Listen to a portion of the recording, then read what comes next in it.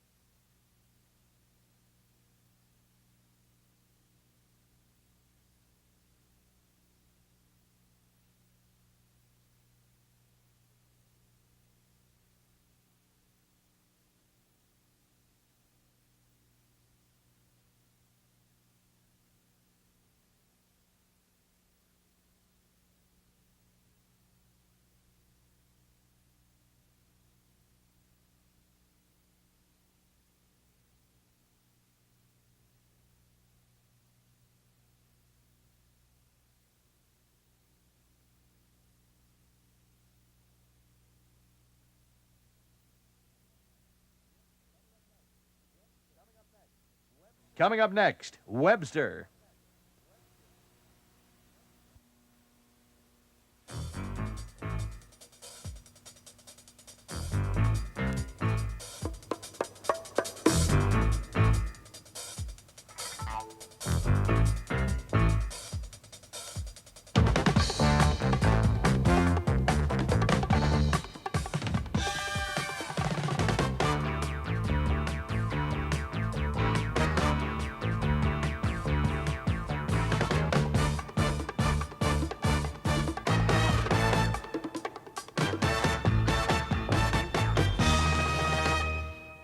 Good morning. Like a shabby knight in rusty armor on the back of an old nag, Allan MacEachen came stumbling to the economic rescue of the nation with these three principles clearly in his mind. Restraint, equity, and economic renewal. I remember that. Restraint, equity, and economic renewal. No accountant he. Merely a television watcher and budget paper reader. Webster's going to give you a few sharp shots on what it means. There's no real change for Joe Blow. There's no real help on mortgages.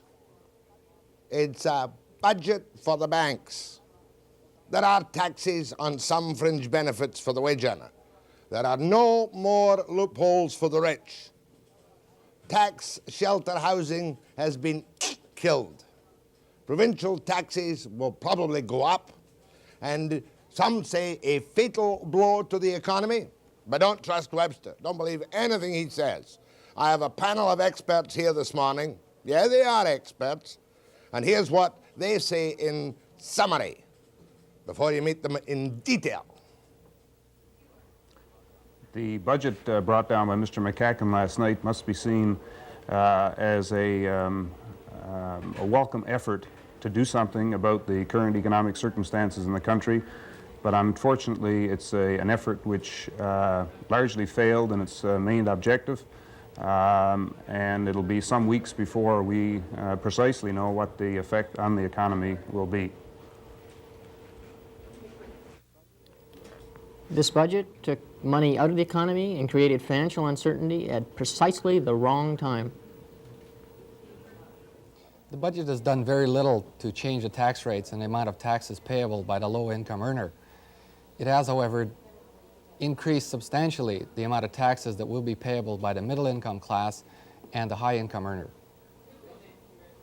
Well, it's easy to dump all over this budget because it ignores some of the country's short-term economic needs. I think it should be stressed that in the long term, they are working towards the solution of some problems that are very vital to us. One of those is inflation, the other is equity in terms of our tax system. I don't think we should ignore what they're trying to do in the longer run. Didn't sound like Crispo at all, but it was Crispo. Now, for light relief, and we're going to have some light relief, I've got two people here this morning who more and more look like their own cartoon characters. Just have a look at them. Burke, not here, Burke and Peterson. But first for the economists, after the break. To accept the challenge of restraint so that inflation is reduced, interest rates are brought down, and growth resumed as soon as possible.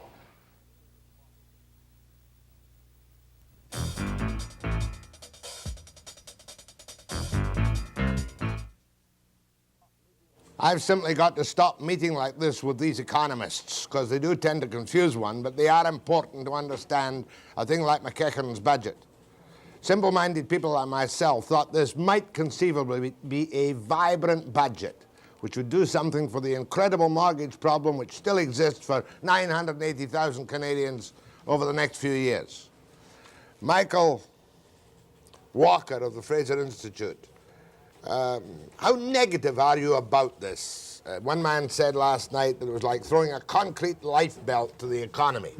What has he done? Let's forget the tax stuff for the moment. What has he done to help the economy? Well, I think, first of all, Jack, we have to appreciate the fact that he was operating on kind of a knife edge. I mean, anything he would do at this point to improve the economic circumstances, to do a lot for jobs, to do a lot for mortgage, people in trouble with mortgage rates, to do a lot for small business, would have put him in grave jeopardy of falling into the trap of accelerating inflation. And the consumer price index has come out this morning. We see that the inflation rate is already up over what it was last month. We're heading towards the 13% rate, which I've been forecasting for some time. And I think that given the backdrop against which he was operating, that he has done a fairly commendable job, particularly in the area of isolating from the effects of the inflation fighting the groups like homeowners, farmers, small business, and fishermen, who are now going to have some safety net under them from the point of view of rescue from these high interest rates. Now, it's not complete. Take, for example, the case of homeowners. Some people may have wished that the budget would have brought in a blanket program to help homeowners with the high mortgage rates that they're currently facing. But we have to acknowledge that any such blanket program would have cost an enormous amount of money. And the option... But what he did was particularly stinky when he said that we will guarantee, we're not talking about the dire straits people, but he said, we will guarantee the deferral of mortgage interest and the capitalization. The banks would have done that anyway. No, but you see, that I think it's important to realize, Jack, that what they have done what is he's doing is guaranteeing the banks. Well, no. What they're doing is they're making it possible for banks to violate normal rules of prudent operation. The normal rule of prudent operation was don't give anybody a mortgage beyond 30% of the carrying costs for which are beyond 30% of their annual income. And what they've now done is they've said to the banks, look, go ahead and violate those normal rules of prudence behavior, and we will back you up on that. And in effect, it's very similar to the existing mortgage assurance program that CMHC operates. Except that there's no money going into it. Well, except in those cases where that's one right. year Well, older and deeper in debt. Okay, Jack, but you know, it's a solution to somebody who is in the position of at this point going to lose their home, and at least bails them out. Now, you might argue that it doesn't do everything that might have been done. My point is that if they had done everything that might have been done, the consequence would have been more inflationary pressure and more government deficit in the coming year, and that was what they tried to avoid. The only job thing he announced last night was a 400-job boondoggle in the North Shore of New Brunswick. Yes. No, there's no question, Jack. This is an this is not a apart from what he says, it is not a growth budget. It is a budget which is primarily aimed at inflation fighting. Although that's more in the private sector than it is in the public sector, in the sense that public sector expenditures are still going to go up at 22% a year, and I find that very distressing. I think we could have done much better on that front. But there's no question that this is not a good news budget. There is something in this budget to offend everybody, and I think that's in some sense a temper of the times. You might even say, Jack, that this was son of Crosby, this budget. I mean, it really is. But I mean, MacEachen doesn't really deliver an honest budget in a straightforward way. I mean, restraint, is there any restraint? He's talking about putting inflation down to 7.1% by 1986, I think Yes, it is. yes. That's I think, garbage. well, it's a recognition, though, however, of the grave trouble into which we've got ourselves. And I think that it's a fairly realistic assessment of the inflationary potential. I think perhaps it even underestimates the inflation we'll have next year. All right, let's leave the equity for a moment. But what can you point to in there with a supposed decrease in the federal surplus to 11 billion or something, is it? Yes. Where is the economic renewal when he takes away the tax shelters, discourages housing? I know of units out in Richmond that will be absolutely dead now. Yes. What economic renewal is there? No, there isn't. I mean, I disagree with that, with his assessment of that. I think that a number of the measures that have been taken in the budget, for example, the tax changes, will have the effect of dampening growth in the economy. However, we have to consider the things that aren't in the budget, Jack. And we have to remember that the business community in Canada was by and large expecting a brave new adventure on a direct investment review agency in Canada. Herb Gray's, FIRA, yeah. No, this is DIRA. This is something that Herb Gray wants to put in. And that plan has largely been squelched. There's no real adventure in that direction in the budget. The second thing is that the proposed expansion of the powers of FIRA has not been brought forward. And those two things not being in the budget, at least in the way in which they were talked about previously, I think is in fact to be seen as a positive. And how did you like his plea to the working classes, the wage earners, saying restraint? If you make more money, you'll pay no taxes, so don't work so hard, take it a little bit easier, earn less and pay less taxes. That's what I got from him last night. Yeah, but it's the business of politicians to make such ridiculous statements. Well, politics to some extent is a terrible occupation. Does the budget, last question to Michael Walker, I'm always going to say Michael Fraser of the Walker Institute, Michael Walker, does this budget, though, really do anything positive for the economy right now? No short-term advantage for industry, business, housing, or the economy in general, is there? Oh, I think the budget is largely a failure, Jack, but not for the reasons that we've discussed, but for the overall cant of the tax changes that have been made. I think it is not a positive budget for growth. It is not a positive budget for equity properly conceived, and it is certainly not a good budget from the point of view of economic renewal. Why the Liberals are going to hate them as he closes the $47 billion loophole for the rich. We'll go into that in detail later. But they put the loopholes in, didn't they? Well, the attempt there was to make the tax system fairer, in effect, and now they have, in my view, they've removed those loopholes, and so doing have removed the fairness from the system. There's another point, Jack. But they had put the loopholes in, and now in their embarrassment and the search for equity, they're going to take them out and make themselves many enemies across the country. Yeah, well, I don't think it is equitous. I disagree with his characterization of being equitous. The fact of the matter is that the group in our society who pays 60% of the tax burden, the top third of income earners, Jack, currently pay 60% of the total tax burden, and they're now going to be asked to bear an even higher fraction of the total tax burden. And I don't think that's equitous, and I don't think that it's in the interest of the economy. Next, Richard McAlary. Somebody stop talking over there. Oh, is that Burke and Peterson again? McAlary, economist for the BC Central Credit Union. After this break.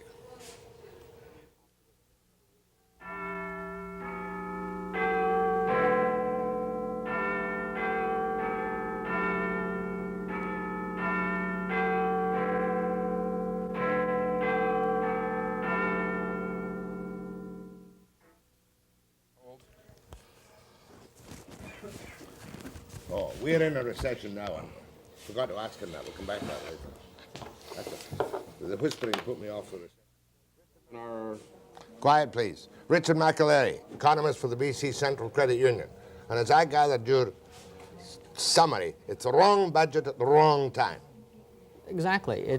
We are falling into recession. The United States has acknowledged this. They're worried that it will be a very deep recession, and it failed. I cannot understand, Jack, why our government has done two very, very significant things now in a row. The CSB campaign at 19.5%, which is below the interest rates rate of the water. That's costing Canadians 20.5% for the year. Increased taxation just to pay for that. They didn't have to do it. They said it was a timing problem. And now the budget. This budget is obviously 2 months old. It was a budget to fight inflation. It was a budget that was going to change all kinds of the tax loopholes at the precisely wrong time. This is the time when we need some stimulation. This is not the time to create confusion in the stock market. This is not the time to say you can't go out and buy a house, you can't go buy a car, you can't go out and buy an appliance, you can't go out and buy any durable good. Tell that to the Canadian Admiral in Quebec and Ontario as they just went bankrupt, or tell that to the car dealers around the Lower Mainland who have high inventory and are facing bankruptcy. Tell that to the real estate agents who aren't selling any houses. It's a wrong budget at the wrong time. Tell that to real estate people who are planning thousands of units of tax shelter housing, and MURBs are now effectively down the drain. It's amazing. They announce a new tax plan, $7,500 benefit for each rental suite built, which will, if you do that, I think it's $15,000 for the whole country. Vancouver may get 3,000. May get 3,000. In other words, if you're building... The MURB thing killed about 15,000 units. It's absurd. If you're building a $60,000 unit, you'll get $7,500 of the money on an interest-free loan. So all it does is kind of cut the interest on the cost of building a unit, doesn't it? Right, adjust the rent downwards by somewhere over $100 a month. You're telling me that, for one of the big things that MacEachen keeps making is, we have closed a $47 billion loophole for the rich. Now, is that not good politics and good sense? The words are good. I mean, most of us who aren't rich say those people should pay more taxes. But they didn't close the loopholes just for the rich. The loopholes are closed for everyone.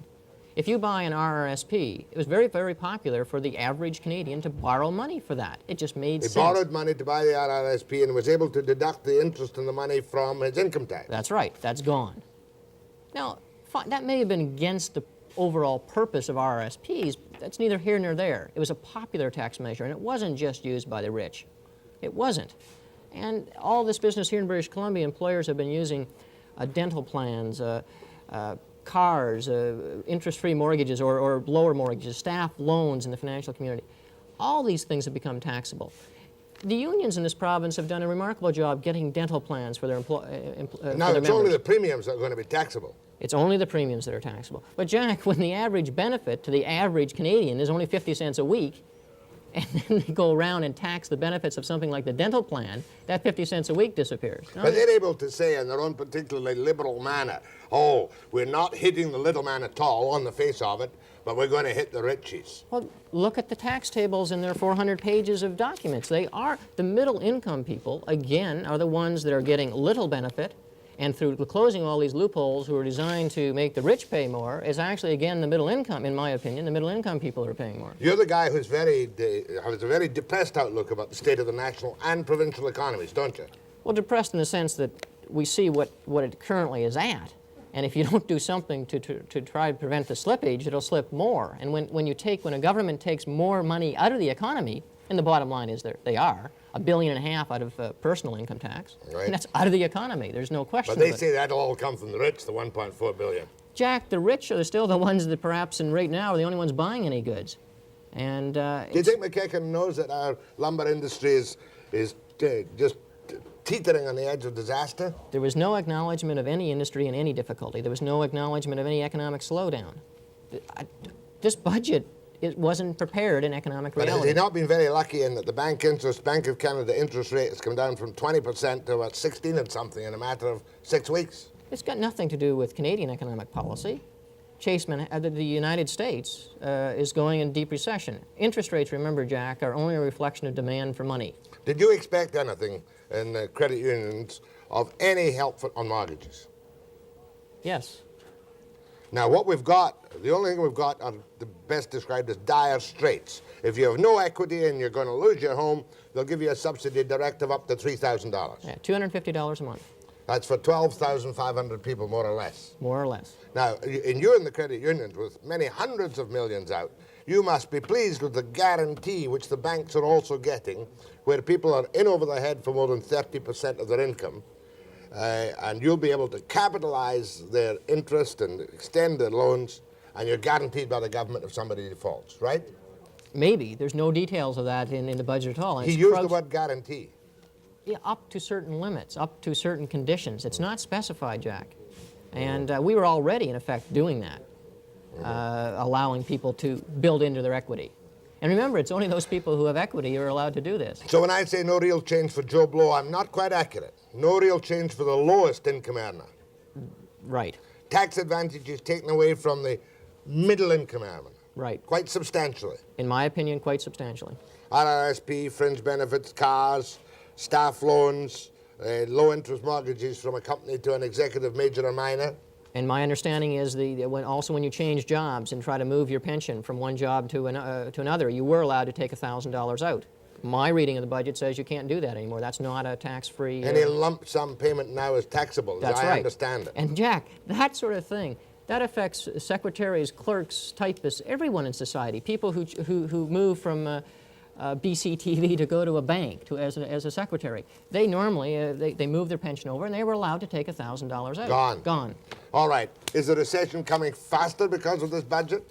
More quickly, I should say. The danger of recession, I believe, has increased as a result of this budget. Oh, dear, dear, dear, dear. What else? Oh, there's one little gimmick I'll cover with Mr. Zaytsoff. But many workers now have two homes, a summer cottage and their own home. One's the name of the husband, one's the name of the wife. What have they done to that? Well, I don't think there's any great cheers in Whistler right now. Well, they've taken the tax. A spouse can only now get the capital gain, a married couple can only get capital gain on one of their houses. Right. Can't get capital. So, hey, we've got to live common law and get divorced. And then we can have capital gain in two houses. My wife and I discussed that last night, but we decided it really wasn't morally correct. Next. What's his name? John Crispo, after the break.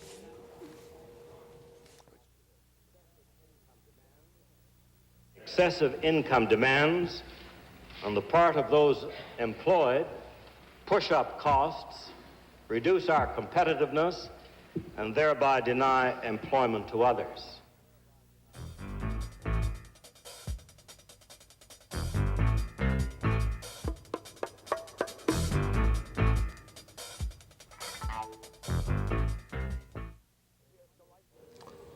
John Crispo appears to like this budget. Why, I don't yet know, but he'll tell you and me.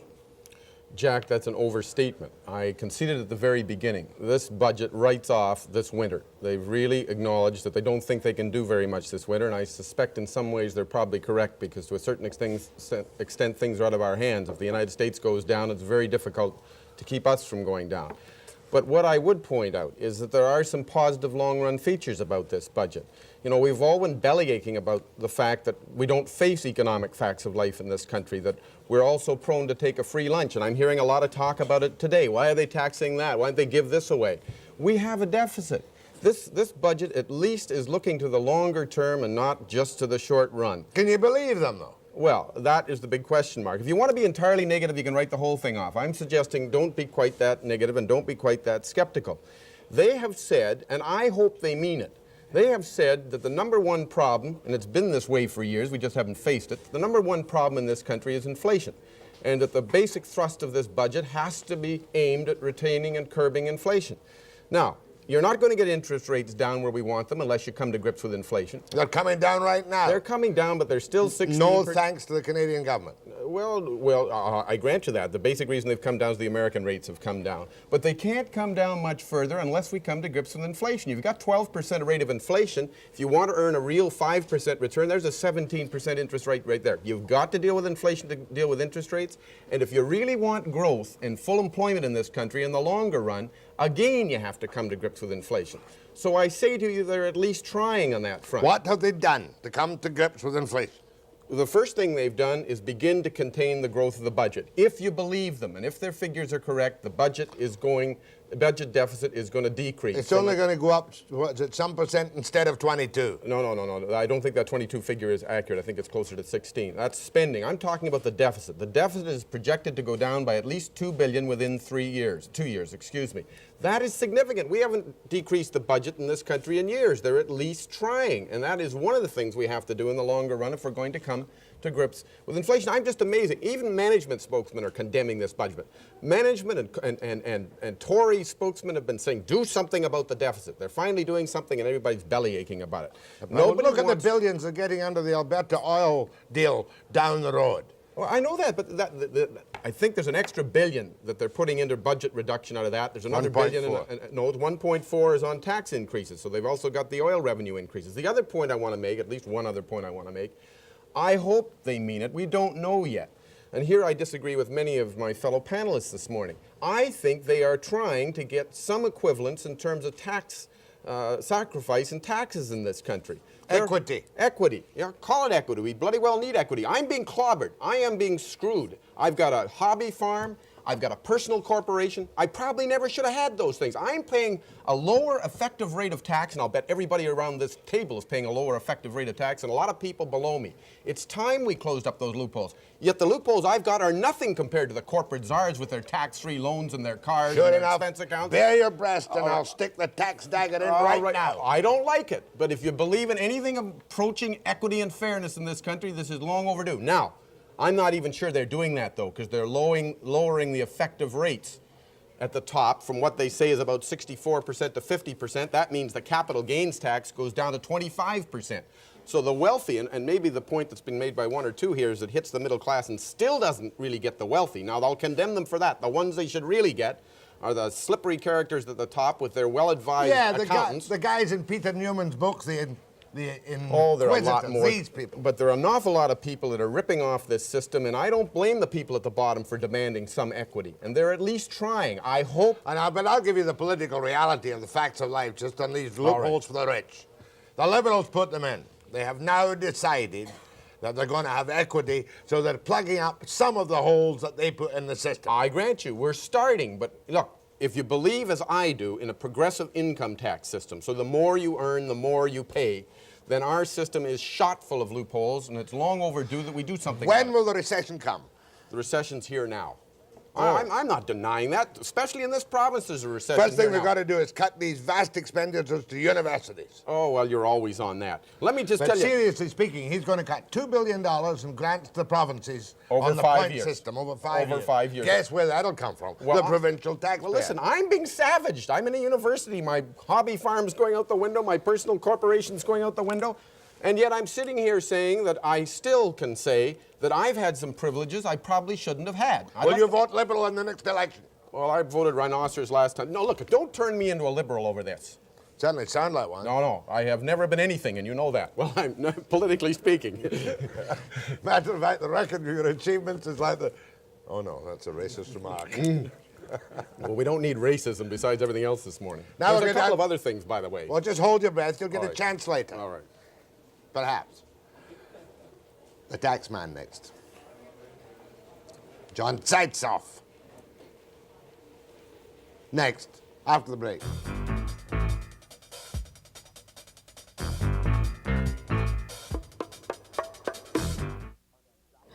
Back to some reasoned sanity with John Zaytsoff, who is a chartered accountant with Thornriddell. John, we don't want all the details, but I said off the top, no real change for Joe Blow. True or false? Jack, they've done a couple of things for the little guy. They've kept full indexing. They've increased margins and tax rates by 12.2%. But in the overall analysis of the thing, they haven't done anything. If you look at the amount of taxes the little guy is going to pay this year or next year versus what he had to pay this year on the same level of income, because they've taken away a few things from the little guy as well as the big guy, the little guy is going to pay the same amount of taxes next year. So there's nothing, absolutely nothing. One, indexing was important, wasn't it? It is Indexing important. puts up your exemptions to cover the cost of living and gives you a little bit of an extra. That's right. Now, what about the taxing of fringe benefits? What specifically will come into taxable income? Well, the biggest one that's going to hit most wage earners are dental plans, premiums under the dental plan. Many other employees will be hit by things like car allowances or car leases. But at the loans. moment, if you get a company car, you're allocated a charge against that car. Does that merely mean that they're going to increase your personal benefit from it? Yeah, the charge now is 1% per month of the value of the car. It's going to be increased to 2.5% per month times the value of the car. In effect, 30% of the value of the car per year, which is going to mean that the amount of the benefit, the taxable benefit included in your income, is going to increase so much that you might as well buy the car yourself. But you're telling me, now let's take this. This is a fascinating bit. If I, at the moment, have driving a 10,000 car for my company, I pay $1,000 a month, $1,000 a year taxable benefit. No, it's 1% per month. It's $1,200 per year. $1,200. That's right. Under this one, it'll go up to $3,500. It'll be $3,000 $3,000 per year as the benefit. Okay, and I'll only pay the tax on the cost of my premium, whether it's paid by my company or not. That's right. Right. Okay, my car allowances. What else will annoy, if not hurt, the kind of trade union earner? Well, there's not really much that'll hurt the trade union people. It'll hurt the executives a lot more because of the inclusion in income of housing loans now, which were not included in income if an executive moved, say, from Toronto to Vancouver, or anybody, for instance, moved from one place to another. Up to $50,000 of a housing loan that was made to that person was not taxable under the current regime. Under the new regime, it's going to become taxable. And it's going to be difficult to get people to move from a place from in Toronto the east to Vancouver because of our housing prices. It's difficult enough now. That's right, exactly. So that's a discouragement for people to move out here with a company and give us their expertise if they have any, I suppose. That's right, exactly. Now, what else before we go to the loopholes for the rich? Well, there's no real benefits, no additional benefits that are really taxable. But it was covered here in the program that a lot of these loopholes that they've closed off are not closed off only for the rich. For example, that RRSP thing, where you borrow money to contribute to an RRSP. And many people, many ordinary people, middle-income people, borrowed money from the bank for the RRSP and were able to deduct the interest on that. Most people did that. Now, do they also clip your maneuvering with separate RRSPs? Do they clip that? What do you mean? People would buy RRSPs and then phase them out one at a time or something. Well, it used to be possible to buy an RRSP in your wife's name and collapse it and have the wife, you get the deduction and your wife take the income. That was taken out a couple of years ago. So that maneuver is no longer available. Now anyway. let's go for the loopholes for the rich, of which MacEachen is so inordinately proud. One of the biggest ones that is really going to hurt the housing industry, I believe, is the non-deductibility of soft costs in the construction of MURB or rental housing. Rental housing doesn't make any sense in today's economy. The rents achieved are not able to pay the mortgage costs and the construction costs. So it is important to have tax breaks for people that invest in multiple unit residential housing, in rental housing. Have they been wiped out almost totally in this budget? Effective November 12th, effective yesterday, the deduction for development costs have been wiped out completely. MURBs are still in, Jack, but the tax breaks that were associated with MURBs are no longer in. So that means if somebody goes into a tax shelter, which many people do, that the effective rent of that rental unit will go up again. Essentially, or else what is even worse, what is likely to happen is that the projects that are now on the planning board will be scrapped, that they will no longer be built because economically they're not viable. There are thousands of them in the Lower Mainland at the moment on the drawing board waiting for the right incentive. That's right, and people were waiting for the budget to make a decision as to whether they were going to invest in these types of projects or not. Now they're not going to. Now we go to the people who have been using the loopholes given by the Liberals for the benefit to reduce their effective tax rates, the loopholes for the rich. Income averaging annuities. Gone. Income averaging annuities were put in place for people who had one-time sources, special sources of income. Capital gains, recapture of depreciation, athletes whose longevity is maybe 8 to 10 years in athletic endeavor. And it was meant to average out the income of those individuals so that they don't suffer an increased tax burden in the year in which they So they will now pay 50% on their tax. Effectively 50%. Now, there was something about forward averaging. They either wiped out forward averaging or they've changed it, and I never knew what it was. Well, the way the system worked, where you had a large increase in the amount of your income in any one year, you could in effect average that income backwards over the past 5 years. So that if your income was at a steady level and in 1 year it jumped up a large amount, you could average the tax rate over the past 5 years. They've wiped that out, and they've included some sort of a forward averaging now where you will get the benefit, but only if your income falls in the future years. Effectively, what you're going to do is prepay the taxes based on the amount of income you get in this particular year, let's say 82. I understand that. That's gone. What about deferred profit sharing plans? Well, deferred profit sharing plans for companies, or for principal shareholders, companies whose principal shareholders are members of the plan are out as well. They're They're finished. killed, dead. Finished. That That's puts right. that money into the immediate 50% tax bracket. That's right, exactly. Well, that seems in some way to be fair. But our government is committed to the fact that each of us must provide for our own retirement, that we should not rely on government. Unless pension we're funds. civil servants. Well, yeah, that's right. Right. Didn't wipe out index pensions, did they? No, that's No. for sure. But you see, what's going to happen is the guy. The benefit wasn't large. It was $3,500 per year maximum that was contributed to deferred profit sharing plans, or that could be deducted. But many of these cozy little companies described as personal service corporations, which have taken advantage of all these things, will be arbitrarily reduced to ashes, and the guy becomes a 50% wage earner. That's right. And if he's a bright guy, he says, to hell with you, I'll make less money. He'll make less money, or else he'll go to the United States and say, I'll offer my services in the United States. Here's one that probably hits at you. Professionals, chartered accountant, will no longer be allowed to deduct the expenses incurred for unbilled work in progress. What does that mean? Does that hit a chartered accountant? That hits us very hard. It hits any other professional very hard. Lawyers, doctors. What it effectively says is, even if you haven't billed for work, you've got to take it into income. You can no longer defer it until you've billed for that work. Okay, just want to go over one other thing. Tax exemption for capital gains on a principal residence will be limited to one residence for each family. Now, 20 years ago, people had one house and paid the mortgage. A good proportion of people now have a summer cottage and their house. It's really unfortunate that a person is not able to tie up some capital somewhere and not have it taxed. It was possible to have a summer residence or a winter residence, whatever the case, and get two principal residence exemptions. Now it's been killed. Effectively, you and your wife, me and my wife, we can't have two principal residences. On which you can get capital gains for both. That's right. There's one positive note, believe it or not, in MacEachen's budget, and I'm glad to see it. I think I can explain this for myself. Deductions for support payments to non-resident dependents will be limited to payments made to a taxpayer's spouse and children. We did a story last year on a $20 million racket where people were getting the necessary information as to relatives in offshore countries. Then they go into the bank, get their $750, not send it, cash it in, but still get the tax deductions for dependents overseas. That has now been cleaned up at long last, and not before time. It applies only now to the taxpayer's spouse and children, if he's in this country and the children are elsewhere.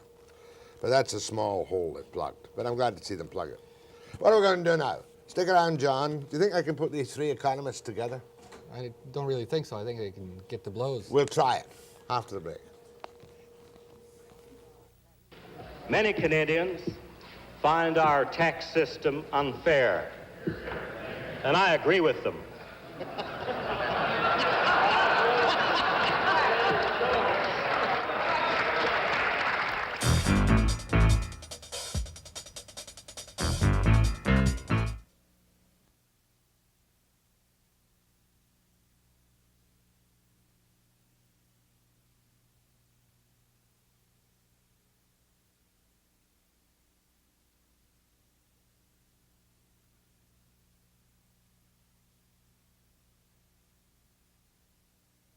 The IRACs were offset mortgages. Tried to give you some of the basic facts on the budget and some of the different political and economical interpretations, and they're not that different. McAlary is a bit harder on it. McAlary says it's the wrong budget at the wrong time. Crispo says, don't be too hard on the old libs. They're trying, and in the short term, nothing, but in the long range, maybe they'll fight inflation. And you, if you can see you, Michael Walker, you kind of agree with Crispo. Well, I do in some sense, Jack, in the sense that it's a very tough task that they had before them. But I don't agree that it was a good budget in the sense that there are a lot of hidden things in here which we'll wake up 2 weeks' time, we'll say, oh my God, did they really mean to do that? That's the kind of thing that I'm worried about in this budget. I personally was kind of disappointed on the whole mortgage caper. But you made a point just now about these income averaging Annuities, the which IAX. are now wiped out. IAX, That's yes. right. And any of these tax programs, such as IAX, and they're taking out $1.8 billion over the next 3 years, according to their tax And documents. don't say it so quickly. Taking out $1.8 billion. What you're saying is that they're going to remove from investment in the trust companies, for instance, Anyone, credit unions, banks, credit unions. everyone who has IAX. So you'll lose across the country $1.8 billion of the revenue available for mortgages if the interest rates are acceptable. That's right. IAX were matched off in many institutions with mortgages. So you're taking out a matching provision for mortgages. Politically, what's it going to do? Will it help the Liberals or does nobody give No, a look, damn? they wouldn't have brought this thing in if they had an election next year. They've only brought it in because they've got 3 or 4 years left to survive. It is a rough, tough budget. But look, I hear this moaning and groaning about these poor people with 2 homes that can't have tax write-offs in both, and these poor people with all these MURBs, they won't be able to swing them anymore. And I hear that most people have some of these things. That's a pile of you-know-what. You're talking about, you know, it's a significant minority, but a real minority that's able to take advantage of these provisions. John? But by the same token, you're going to kill the MURB program now. in Well, effect. all right. You're not look, going to have guys like... let me just tell you this. We never should have had MURB. We've got MURB because we got rent controls. We screwed up the market with one distortion, and then to correct that distortion, we threw in MURBs. Let's get rid of all these Please distortions. say fouled up instead of screwed up. I'm sorry. Well, I don't mean it in the sense that you use now, it. this is a matter in which you've been very active before on incentives for industry. Sure. How disappointed are you? Well, that's the main disappointment I have, Jack, is that this budget, in effect, does a house cleaning job in the living room when it should have gone to the attic. I mean, it cleans out all of the incentives for those people who are most likely to create jobs. Let's call a spade a spade. Isn't that a kind of snob attitude? Say that again. No. Look, nobody expects somebody who's making $15,000 or $20,000 a year to go out and create jobs. The guys who create jobs in an economy are the inventive folk who go out there and admittedly they earn a lot of income. But in the process, they create jobs, they make new economic activity happen. And this budget takes a very broad swing at those groups in our society, and that's an unfortunate development. Richard, do you agree with that? I totally agree with Mike on that. You, the left, well, the kind of left of centre, and you, the kind of right of centre, and you agree on this. Totally. And also in the MURB business, sure, it may have been a tax advantage for investors, but people live in these units being produced by MURBs. If there are no MURBs and there's nothing to replace them, or very, very little, we're in a rental shortage. Where are these people going to live? Are they going to live at Simon Fraser with all the empty classroom yeah, space? but come back to basics. Why isn't there rental accommodation being built in this house? In many parts of the country, it's because of stupid rent controls that were put in for all the wrong reasons. Then to try to correct that distortion, they threw in Why MURBs. do you show your lack of contact with a working man? What do you The mean? rent controls Rent had to come controls in. in the long term hurt the working man. Sure, they do. Sure, but they had to come in at a specific time because of a specific problem. That's No, right. But sir. you don't, just No, because sir. there are rent controls in this province are being phased out. And let's deal with BC. Also in this equalization, when the federal government has cut back on the equalization payments and the federal transfer payments and on the Western initiatives things, that's Saskatchewan, Alberta, and BC. The taxpayers in these 3 provinces are going to be picking up billions of dollars of the cost of doing away with this. We are the ones paying now for the development of Canada. Ontario is no longer even classified as a have province, for Pete's Well, sake. now, let me put in an Eastern point of view. I'm known in the East to be too pro-Western, but let me say this about Ontario. While it was ripping off the rest of the country for a century, which it did through the national policy and transportation and everything else, it did for many years pay the bulk of the cost of equalization. Now it's the West's turn to be in the sun for more valid reasons than Ontario. If you care about this country, you're going to have to pay the bulk of the cost of equalization. If you're not willing to do that, you're not Canadians. It's an interesting characterization. It's of what a raining Canadian- What do you think of that? No. Unless you help Toronto, you're not Canadian. One of the That's right. essential Oh, things name that of keeps goodness. this... No, wait a minute. One of the essential So things is he a that's... liberal in disguise? No, Jack? What, eh? just a minute. One of the essential things that's kept this country together is the notion that we maintain a basic minimum standard of public services. We do that through equalization and transfer payments. The wealthy provinces help the poorer provinces do We that. don't need a lecture on that. We've been doing it for years. Well, I'm getting notions here that maybe the West shouldn't do it. Well, the last time I checked, BC has a higher unemployment rate than Ontario. BC has a higher rate of inflation in Ontario, and BC is slipping quicker into recession Take than a Ontario. look. Take a look at incomes, and if you want to talk about trouble in the long run, it's Ontario manufacturing that's in trouble in the long run. You people are going to do well in the long run. Ontario's in trouble. It deserves to be in trouble. He's now calling us you people, Jack. That's right. Well, I feel I'm outnumbered at this Certainly point on are. the question of equalization. John, this payments. whole budget is a bonanza for accountants and lawyers, isn't it? They always are. Yes, that's right. How long will it take you people to find new loopholes to replace the ones that MacEachen has probably only pretended to plug up to now. Well, it'll take a long time because the stuff we've got now is just written in layman's language, and the hocus pocus of the legalese, it hasn't come out yet and won't come out for a couple you don't months. operate in these things. You operate on the regulations. That's right. Hey, Michael, the hell was I going to ask you? I forget. Well, let me make a comment, Jack. There's one thing we haven't discussed so far, and that is how this budget fits in sort of in the world ideology front, okay? We've seen Margaret Thatcher make a bold move, which a lot of people have disagreed with, but nevertheless is a very bold move. You could never say it was bland. We've seen Reagan take a very bold stand. Nobody could call that bland. Now, where does this budget fit in? Well, as a matter of fact, we have here the exact opposite kind of experiment that's being conducted in the United States and in the United Kingdom. Instead of twisting the tax structure to benefit those people who are most likely to create jobs, the Canadian tax structure has now been slanted so that it penalizes people who are most likely to create jobs. Step towards socialism. And, well, it's not towards socialism. It's a different philosophy of approaching taxation. It's a status quo philosophy. Wait a minute. It's a lack of imagination philosophy, isn't it? No. Look, we don't know what they're going to do with equity. They're lowering the top rates for the wealthy in this country from roughly 64 to 50%. I don't understand the details of that. They're also lowering capital gains taxes to 25%. But That's a lot more incentive. But that's a small step in solving the fact that they've taken away these tax preferences or tax loopholes. Well, as we Mr. don't know MacAchen- how that's going to balance out yet, do we? Let's zero in on this capital gains thing. It was possible to match up tax payments on the realization of a capital gain to the cash that's coming in. In other words, if you sold a property under an agreement for sale, you didn't have to take in the income and pay the taxes until the cash came in under an agreement for sale. Now, if you go and sell a property and realize a capital gain, even if you don't get any cash up front, you've got to pay your taxes up front. Yeah, but you're just going to change the... You're gonna Okay, insist on the cash up front. enough. You may have confused the millions of viewers beyond all credibility, but we're going to try some phone calls on specifics of the budget or political interpretation of the budget or how we're going down the tube to death, disaster, and ruin after the break.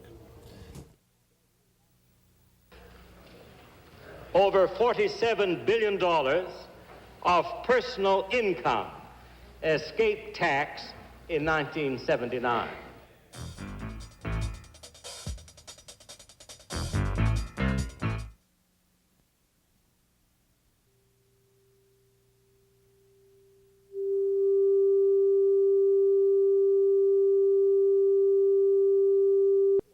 I'm going to give you 30 seconds to wrap up before the end of this, and then we'll have a laugh with the two cartoon characters over here. But I'll go to the phones. Go ahead, please. Yes, Jack. There's one thing I can't understand. When I was a kid, there was no government bailing out my mother and dad to buy their home. And nowadays, it seems every other person... I can't give you a social lecture on social history to tell you that times have changed since you were a boy. No, but the thing is, Jack, why should the taxpayer... This is supposed to be No, I'll put you off by saying vote for Joe Clark next time round. Or for some new right-wing party which may well appear. He's got something worth discussing. How can we make that valid to a talk about the budget? Well, because he's saying they shouldn't have given more mortgage relief than they are. That's obviously the point of his call, and there's something to be said for that. We've got limited funds. Why do we give it to homeowners? Why not more to farmers? We haven't given any mortgage relief in this budget anyway. They're nickels and dimes, I agree, but that's what's bothering the guy. Go ahead, please. Initially, only one brought up the question of the fact that the government has increased expenditure by 22%.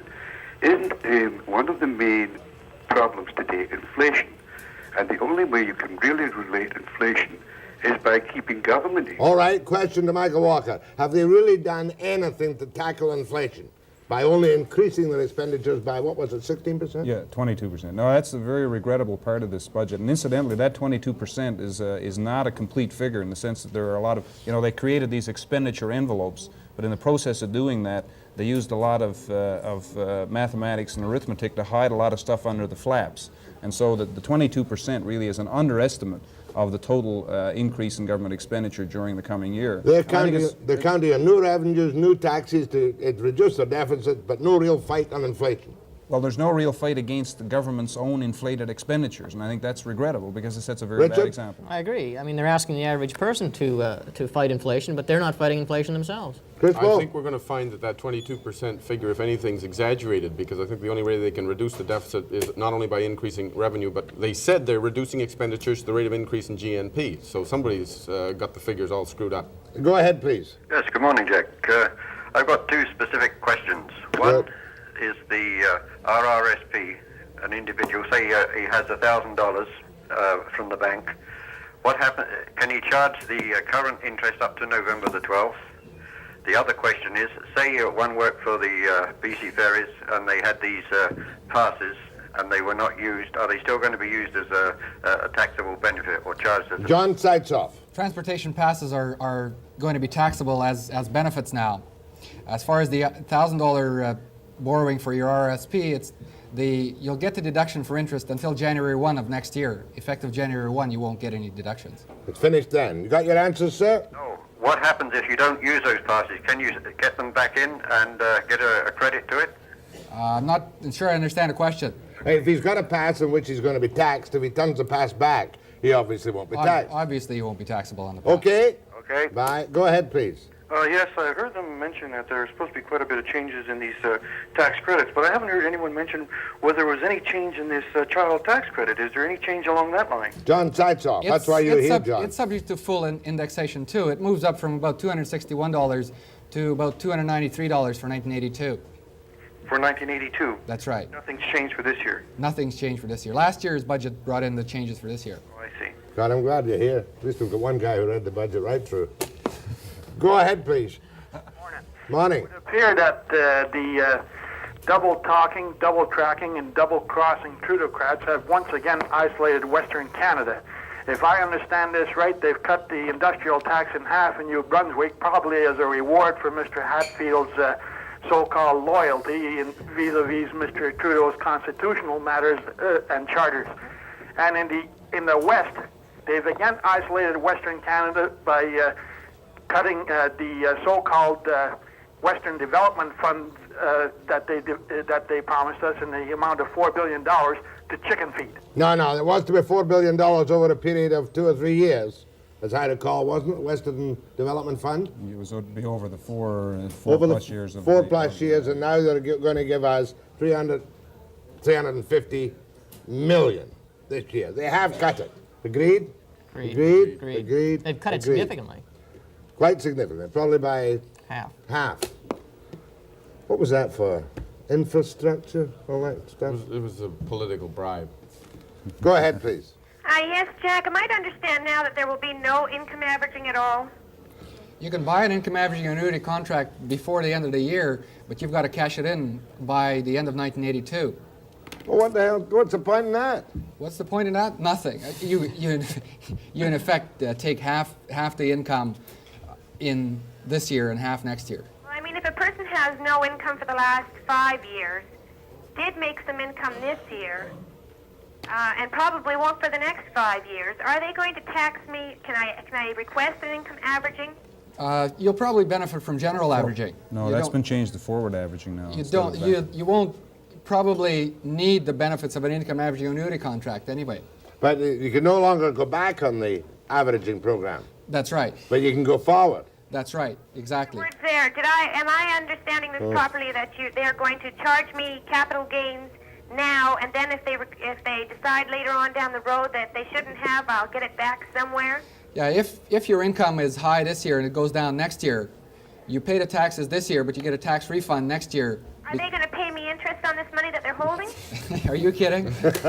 Go ahead, please. Yes, I was wondering why none of the people present here have made a comment on the fact that the budget, it may reduce the deficit somewhat, but it does absolutely nothing in reducing the debt, the national debt. So consequently, any increase in the debt is certainly an increase in inflation. Richard? Pardon me? No, they will indirectly, especially through the new energy program. We keep forgetting the amount of money that's being generated through the energy program out of the producing provinces, mostly again Saskatchewan, Alberta, and BC. Where's that money going to come from? It's going to come from us. That's right, absolutely. So it's the same. It's not really going to reduce inflation. No, it's not going to reduce the deficit.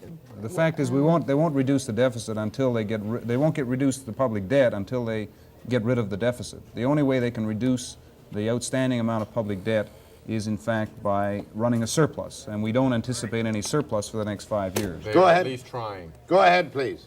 Yes, good morning, Jack, and your guests. I'm a small businessman, and I look at the deferred profit sharing as a hedge against leaner times.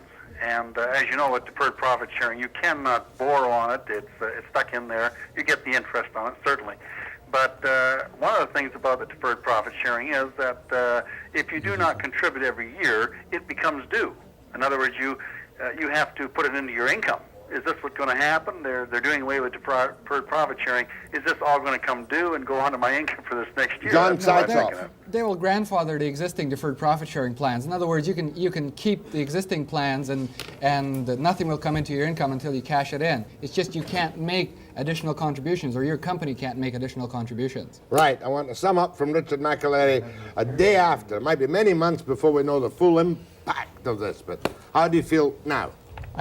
With the opening comment, it's the wrong budget at the wrong time. We are slipping into recession, the country is, and it's not the time to take billions of dollars out of the economy. Crispo? Well, maybe the wrong budget at the wrong time, but this budget would never be right to a lot of Canadians. I give them credit for moving towards the old Carter principle of saying wherever you get a dollar from, it's going to be taxed. And if only in that sense, I'll give them credit, even though in the short run, I agree with what's being said. They are doing nothing about the short-term recession we're in. John? Jack, they said in the budget last night that it's going to be short-term pain for long-term gain. I'm afraid for a lot of people it's going to be long-term pain with little gain. Michael? I think, Jack, to some extent, this budget is an academic exercise that the people who have constructed it, in the same way as the people who constructed the National Energy Program, are not aware of the realities of the Canadian economy, and that this lapse on their part will come back to haunt us within the next 2 years. Very grateful to you, gentlemen. John Zaytsoff, John Crispo, Richard McAlary, and Michael. What would I have done without you? Next, I'm getting old. Stanley Burke and Peterson. Next.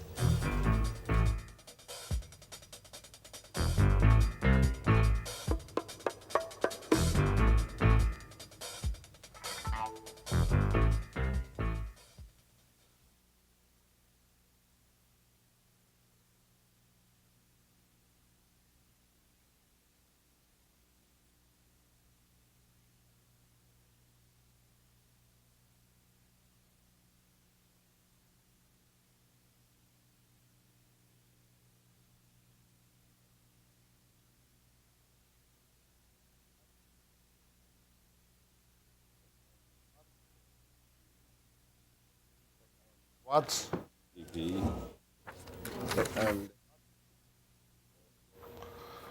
I was in Pat Royal the other day, and a very nice guy walked up to me and said, "Jack, you've got a great program.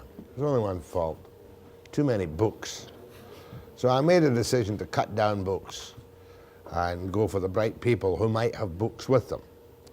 Now, I wasn't joking this morning, and if you put the camera on Peterson's face, I wasn't joking when I said that Roy Peterson is beginning to look like his own cartoons.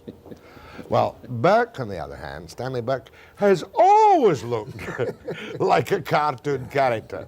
And these two gentlemen have made a career and a lot of money, which will now be taken from them by the federal government because the tax loopholes are all destroyed. They're all sewn up. On silly little funny books called, like the Birch Bark Caper and the Swamp. What are they? Give me the names. Frog Fables and Beaver Tales.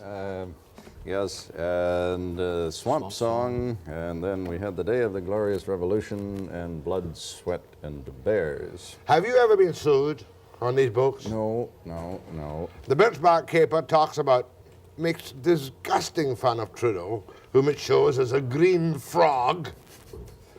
You know, that's awful. That's racist, isn't it? How do you plead, Burke? Guilty, guilty, guilty. He And is, you draw he them. is an awful man. I do, but what would you have him as? We Yes. we actually went through this last time. Not and- with me, you didn't. Yes, yes, we did. And you were saying, well, you should have drawn him as a moose. I mean, that's the most ungainly animal you could think of in a swamp. I think an owl. Oh, an owl. He'd make a good owl, wouldn't he? Joe Who is the owl. Oh, H-O-O. Joe Hoo is the owl. So we've got the But trendy P. that is Trudeau. I mean, that's the real I don't know if Trudeau. you can come up with that now. If I can, It can I hold really that straight is. enough? That is Trudeau. Certainly. These books just describe reality. That's good reporting. Listen, he might be in the studio next week. Is that right? Do you think I would have guts enough to use that as what we call a bumper? Why not? Eh? Why not? I think he totally ignores what we say and just merely goes along on his own. I personally think he'd haul off and clout me. I would regard that as a scurrilous representation of the Prime Minister of this country, whether you like him or whether you don't. Well, if he does that, it'll be the greatest show you ever put on. Okay, tell me about the Birch Bark Caper. Pretend you're back on CBC doing the national news and give me that old Burke command and say, good evening. Good evening. Yes, yes. This is the news. Well, all right. This is our I contention. want you to look at the camera. Yes, sir. See, Yes, sir. that's the camera, Stanley. Now, start again. Good evening. Cue back. Yes. Good evening. Here is the news. Yeah, all right. We maintain that these are good reporting, and that what you've been talking about this morning, it really is fairyland, and not a lot is the capital of the swamp, and that's what these books have been saying.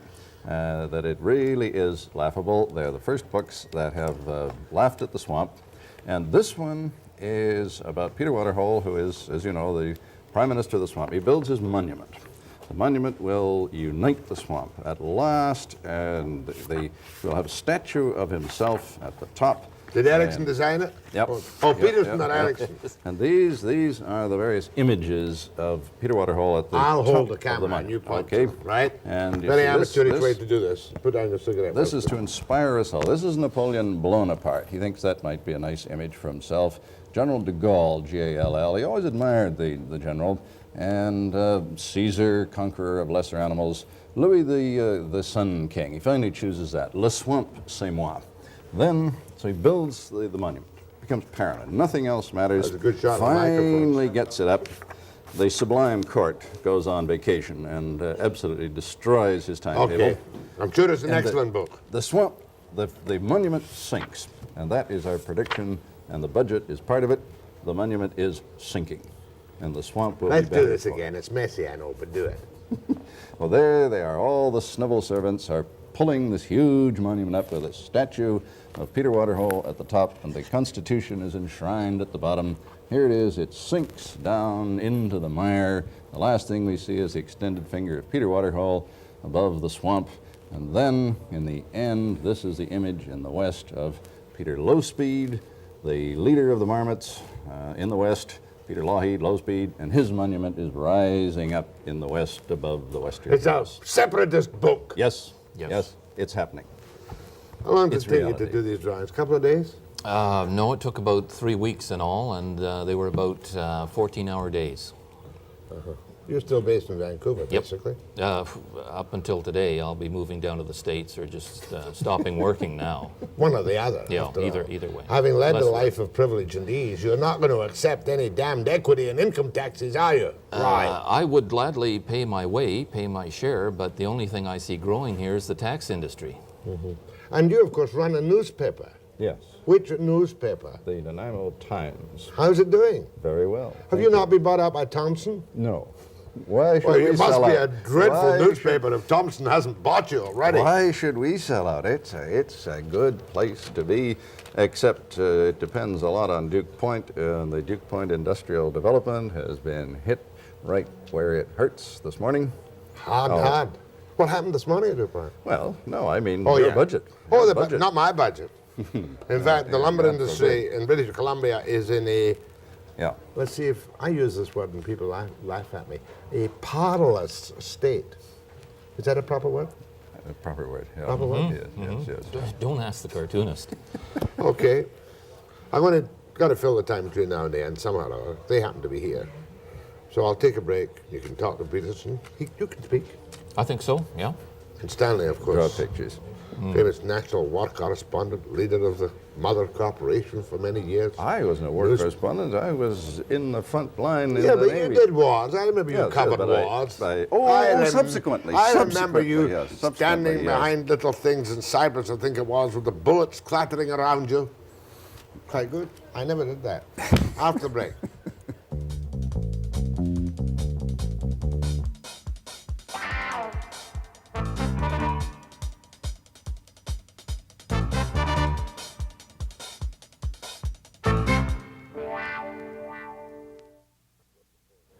When you haven't got anything to say to guests, always go to the phones.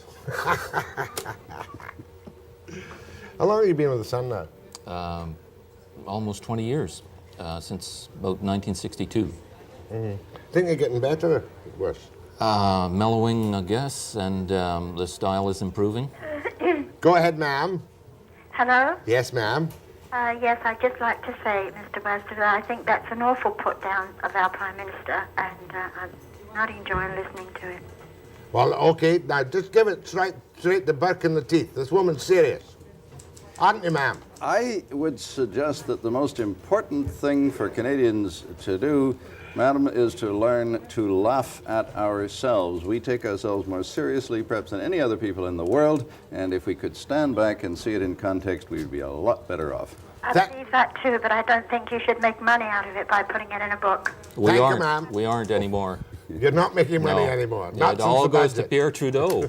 These books have offended a good many people. Not really. They were badly reviewed, to begin with. Yeah. It's a bore, 5 columns in the province, because they're the first to laugh at Canada, to say the system is laughable. It is. And Go ahead. Sorry, and it is. now 200,000 people have bought the books, and they've become a success. Go ahead, please. Good morning, gentlemen. I have lost track of you since Frog Fables and Beaver Tales. I've not read the other books you've put out, but I do look forward to this one, although it seems to me from your description this morning that your satire has become much more cutting as you have aged and, one assumes, grown wiser. Am I correct in this surmise? It's been the most difficult one to write, and the first time around, Scott McIntyre, the publisher, returned the manuscript and said, "I'm sorry, it's not funny, it's bitter." What's happening to Canada is a little difficult to be laughable about now, but we try to smile, but it's hard. Do you see a sequel, and if you do, where do you see it going? Down the Roy? toilet? I don't know. What is that object Mr. Webster is supporting there? Oh, I see. It's a large rodent. self-portrait. It's a large rodent. Yes, it's a large It's a rodent. member of the rat family. Well, is that appropriate, Mr. Webster? I won't go any further with are you that a point. I beaver? look forward, by It's the a way, to beaver. having It is a breakfast beaver. with you gentlemen It's a tomorrow beaver, and morning. he's still very fat. Thank you. Fat little beaver. Go ahead, please.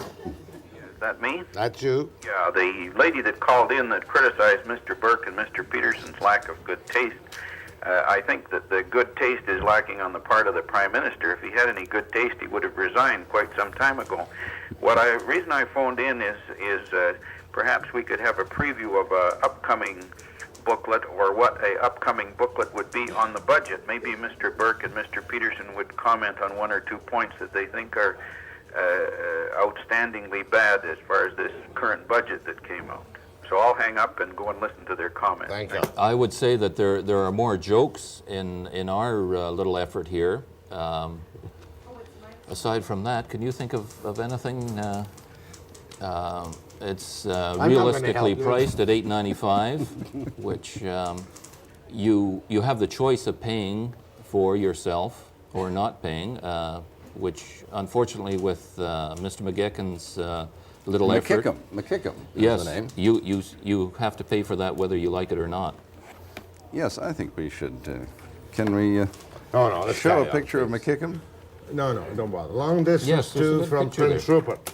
Go ahead from Prince Rupert. Yes, I've phoned several times and never been able to get through before, but I'm glad I did this time. Oh, I've read Mr. Burke and Mr. Peterson's book. It's easy to get through when they're on. Okay, what do you think about their books? I enjoy them. I think they're absolutely hysterical. I may not agree with what they say all the time, but for the most part I do. Well, that's very kind of you. Okay, Mr. Burke and thank Mr. Peterson, please keep up the good work. Oh, thank you very much. Thank you. Go ahead, please. Mother? Yes, I thought Mr. Burke was perhaps rather admirable in Nigeria when he was being sorry for someone else, but I think he's rather less admirable when he's being sorry for himself, and that's the impression I get at the moment, that he learned nothing. Sir, my concern about Nigeria, I'm sorry, but you raised a serious matter. I will only very briefly. But it was the same basic theme, and that was political murder when a central government starts to kill people because the system is right. I'm sorry, the mentality is the same. At the moment, the central government is putting the system ahead of the people. No, I don't think there's any comparison at all. I dare say you don't. I do. It would take some time to elaborate it, but to me, the mentality is the same. It is that centralist impulse, and the system comes first, and to hell with the people. From Masset and the Queen Charlotte's, go ahead, please. Yes, I'm calling about Stanley Burke and Roy Peterson, and I would like to tell you that I have 3 of your books, and I'm from a large family, and we all have Roy Peterson and Stanley Burke's books and enjoy them immensely. Thank you, ma'am. Thank you. I'm glad you came in this morning. It was a pleasant change. I wish you well with the Birch Bark Caper. Thank you. And we shall expose your magnificently craggy faces on other occasions, no doubt, God and willing. My thanks to Stanley Burke and to Roy Peterson. We're all doomed. 4 billion people on this planet, and none of their stories will have a happy ending. After the break. It only hurts when you laugh. Webster will be back in a minute! Cut! I am going a little soft and mellow in my old age. Normally I only touch culture with a hatchet. But on this occasion I've got 2 plugs to give to the Vancouver Symphony. One is directly in my own interest, and the other is in the interest of a thing that the Symphony holds every year, called what, Mike Allerton? It's the QMFM Symphony Radiothon. This is where you put up for auction all kinds of weird and wonderful services. It's one of the exciting times of the year. It comes before Christmas, and we have all sorts of things that can be given away as really quite inexpensive and enterprising Christmas presents. For instance, it's like a Santa Claus. Yeah, it's everything you've ever wanted, but you got to bid for them, haven't you? It's kind of unusual, though. You've got, well, you don't have to bid for them. You can.